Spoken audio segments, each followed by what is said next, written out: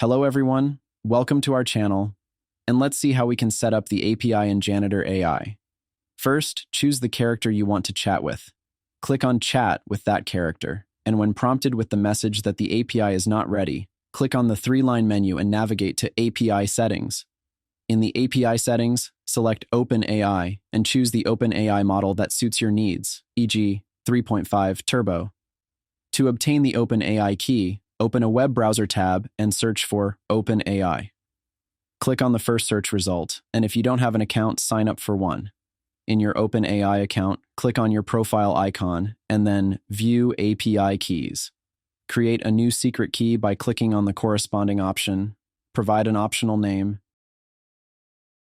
and create the secret key. Copy the generated key and paste it into the API settings in your character chat interface. Finally, click on Save Settings to complete the setup. Your API and Janitor AI should now be configured and functional. I hope this video was helpful. Make sure to hit the like button and also subscribe to our channel for more helpful videos.